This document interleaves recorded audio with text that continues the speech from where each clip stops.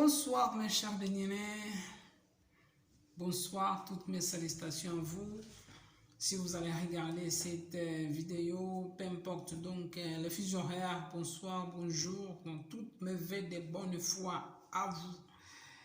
Donc dans cette journée, je voudrais parler un peu donc de l'identité en Christ, et de la foi.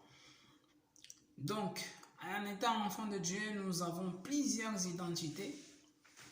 Nous avons plusieurs identités en Christ. Mais avant tout, je commence d'abord par la foi. Donc, la foi, qu'est-ce que la Bible nous dit sur la foi? Dans Hébreux 11, 1 à 6, la Bible dit « Or, la foi, c'est la réalité de ce qu'on espère, l'attestation des choses qu'on ne voit pas. C'est par elle que les anciens ont reçu un bon témoignage. Par la foi, nous comprenons que les mondes ont été formés par une parole de Dieu, de sorte que ce qu'on voit ne provient pas de ce qui est manifeste.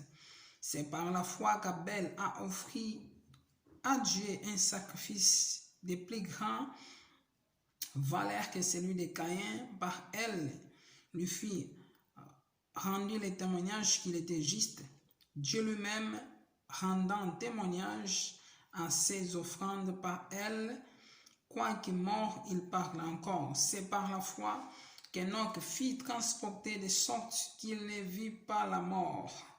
On ne le trouva plus, parce que Dieu l'avait transporté. En effet, avant d'être transporté, il a reçu le témoignage qui plaisait à Dieu. Et le verset 6 dit « Or, sans la foi, il est impossible de lui plaire, car celui qui s'approche de Dieu doit croire que Dieu existe et il récompense ceux qui les cherchent. » Et la Bible continue. Mais sans la foi, il est impossible d'être agréable à Dieu.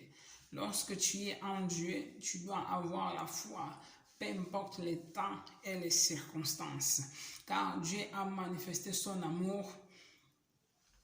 Car lorsque nous étions encore pécheurs, Christ est venu mourir à la croix pour nous.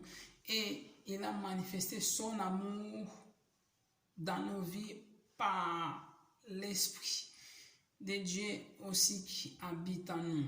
Car l'espérance ne trompe pas. L'amour de Dieu a été répandu dans nos cœurs par le Saint-Esprit. Romains 5, verset 5. Donc tu dois savoir que lorsque tu es en Christ, Dieu te place d'abord comme un enfant de Dieu. Donc la première des places, lorsque tu es en Christ, tu dois savoir que tu es un enfant de Dieu. La Bible dit dans Jean 1, 12, à tous ceux qui croient en son nom, et qui l'ont reçu, il les a donné le pouvoir de devenir enfants de Dieu. Premièrement, nous sommes enfants de Dieu. Donc, étant qu'un enfant, nous devons croire à notre papa. Même lorsque les choses tardent, même lorsque les choses semblent tarder, ou les choses ne marchent pas de la façon que nous voulons. Donc, nous devons plutôt nous soumettre à Dieu et faire sa volonté. C'est la chose la plus majeure qu'un père attend de ses enfants, que ses enfants croient à la capacité que papa a de faire des choses. Donc, si nous sommes enfants de Dieu, donc nous sommes protégés. Donc, tu dois te libérer de toutes les formes de peur qui t'accablent. Donc, lorsque tu as un papa, tu sais que ton papa est général, tu n'as plus peur. Donc, de la même façon que ton papa est le roi des rois, le seigneur des seigneurs, la personne qui a créé l'univers tout entier. Il a manifesté son amour en Jésus-Christ et Jésus-Christ nous a laissé le Saint-Esprit. Donc, il t'a donné le pouvoir de marcher sur les serpents, sur les scorpions et sur toute la puissance de l'ennemi. Oui, les ténèbres profondes enveloppent la terre. Oui, mais sur toi, la lumière de Dieu doit briller dans le nom de Jésus. Donc, tu es libre de tes peurs. Toute forme de peur, donc c'est toi qui dois les terroriser par Christ qui a en toi. C'est pour cela que tu dois connaître la voie de ton identité. Parce que lorsque tu ne connais pas ton identité, tu te feras museler. Donc, c'est pour ça qu'il est important d'aller à la conquête de ton identité. Parce que le jour que le Seigneur m'a fait grâce de connaître mon identité, je me battais trop, je cherchais trop la valorisation des hommes. Mais le jour que le Seigneur m'a fait grâce de comprendre quelle était ma place dans le corps, j'ai juste dit Seigneur merci parce que tu te bats, tu te bats, tu te bats, tu te bats. Mais le jour que tu comprends la position que tu as dans le corps, donc tu peux juste être là, tu es en train de glorifier le Seigneur, tu es calme, tu es détendu, tu n'as plus besoin de te montrer, de te vanter, non.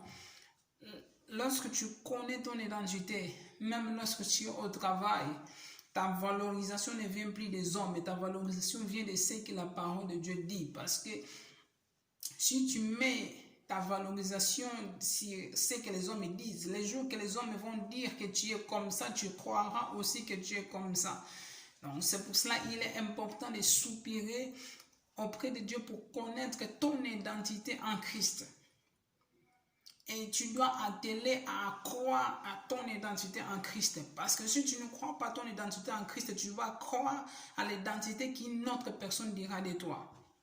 Tu dois savoir que premièrement, tu es un enfant de Dieu. Deuxièmement, tu es protégé et tu peux lutter contre toute forme de peur. Donc, tu dois obéir à ton Père et tu dois marcher selon sa parole, mais tu dois savoir en étant enfant de Dieu. En étant enfant de Dieu, tu es libéré de toute forme de peur. Donc, tu dois connaître que dans Luc 10, 19, Dieu t'a donné l'autorité de marcher sur les serpents, les scorpions et sur toute la puissance de l'ennemi sans que rien puisse te nuire. Donc, tu dois apprendre à connaître ça pour se battre et déloger tous les hommes forts. Car Christ nous a donné un esprit qui crie Abba Père. Il ne nous a pas donné un esprit de timidité, mais un esprit qui crie Abba Père. Donc, tu dois savoir aussi que tu es aimé de Dieu. Oui, tu es aimé de Dieu. Tu dois savoir que tu es choisi de Dieu. La Bible dit dans Jean 3,16, Dieu a tant aimé le monde. Donc, dans Ésaïe 43, il a dit parce que je t'aime, parce que tu as de l'importance à mes yeux, je donne le peuple à ta place. Donc, tu es aimé de Dieu, tu es choisi de Dieu, tu es bien-aimé de Dieu. Tu dois le savoir. Et 2 Corinthiens 5, 17, il a dit que lorsqu'une personne vient à Christ, il est une nouvelle créature. Tu es donc une nouvelle créature. Tu es une nouvelle créature. C'est pour cela que tu dois passer par le renouvellement de l'intelligence pour restaurer ton âme. Parce que ton esprit est une nouvelle créature, mais ton âme a encore les traces du passé. Peut-être tu as encore les regrets du passé, les rejets du passé, tu as encore les rancines du passé. C'est pour cela que Dieu a besoin que tu puisses passer par le renouvellement de l'intelligence. Et comment passer par le renouvellement de l'intelligence? Tu dois t'atteler dans la parole de Dieu et de t'imprégner. Comme Obélix, il s'est plongé dans la portion magique, donc toi sois plongé dans la parole de Dieu. Et la parole de Dieu est plus qu'une portion magique. La parole de Dieu est plus qu'une portion magique. Donc la parole de Dieu a une efficacité de transformer ton âme et de transformer toute ton existence. Alors tu peux le croire. Dis-moi un bon amen. Moi je dis amen à cette parole car c'est cette parole qui m'a transformé. Donc, tu dois passer par le renouvellement de l'intelligence. Parce que la Bible dit, ne vous conformez pas au siècle présent, mais soyez renouvelés transformés par le renouvellement de l'intelligence, afin de connaître ce qui est bon, agréable et parfait. Parce que souvent nous faisons des choses, nous pensons que c'est bon, mais en réalité ce n'est pas bon. C'est pour cela qu'il est important que Dieu puisse nous guider dans le renouvellement de l'intelligence. Alors, soupire auprès de Dieu, soupire auprès de Dieu, soupire auprès de Dieu. Je vais finir avec Romains 8, 35 à 39. La Bible dit, qui nous séparera de l'amour de Christ? Est-ce que c'est la détresse? Non. Est-ce que c'est l'angoisse? Non. Est-ce que c'est la persécution? Non. Est-ce que c'est la faim? Non. Les dénûments? Non. Les périls ou les paix? Non. La Bible continue, il dit qu'ainsi qu'il est écrit, à cause de toi, on nous met à mort constamment. On nous considère comme des moutons qu'on égorge. Mais dans toutes ces choses, nous sommes plus que vainqueurs par celui qui nous a aimés. Car je suis persuadé que ni la mort, ni la vie, ni les anges, ni les principats, ni les présents, ni l'avenir, ni les puissances, ni la hauteur, ni la profondeur, ni aucune autre création ne pourra nous séparer de l'amour de Dieu manifesté en Jésus-Christ notre Seigneur. Vous savez, rien ne pourra nous séparer de l'amour de Dieu. Parce que dans le livre de Jean 11, dans l'histoire de Lazare, il était mort, mais il était ami de Jésus. Souvent, Dieu permet que des choses nous arrivent, non pas pour nous humilier, souvent pour manifester la gloire de Dieu dans nos vies. Et cette gloire attirera plusieurs personnes qui viendront à lui. Donc, de la même façon que Jésus a permis que Lazare puisse demeurer encore malade, parce qu'il est venu 2 jours après, et plus de jours de marche, ça faisait 4 jours, et Lazare, il était déjà dans la tombe. De la même façon que Jésus-Christ, lorsqu'il est venu, il a changé les choses. Et de la même façon que même lorsque tu as pleuré, tu as gêné, tu as prié, tu as donné, et que tu n'as rien entendu, tu as perdu le boulot, tu as perdu quoi que ce soit, sache que tu n'as rien perdu. Mais c'est un passage peut-être que Dieu a permis que ça va être restauré doublement. Alors sois encouragé, ne lâche surtout pas, demeure dans l'action de grâce, demeure dans l'espérance, demeure dans l'espoir, demeure dans l'amour et ne maudis surtout pas Dieu. Ne maudis surtout pas Dieu. Alors demeure comblé et demeure béni. À présent, je vais donner l'opportunité à tous mes frères et à tous mes sœurs qui ne connaissent pas encore le Seigneur. Peut-être que jusqu'à présent, tu te balades donc de gauche à droite, église par église, mais tu n'as pas encore donné ta vie au Seigneur. Et plus que jamais, donc, souvent, certains endroits, il y a les confinements, peut-être donc tu as régressé, peut-être tu as abandonné le Seigneur. Je t'invite à revenir au Seigneur, car le Seigneur a besoin de toi. Si tu veux le faire, fais-le avec moi. Tu dis, Seigneur Jésus, merci pour cette journée. Merci pour cette opportunité.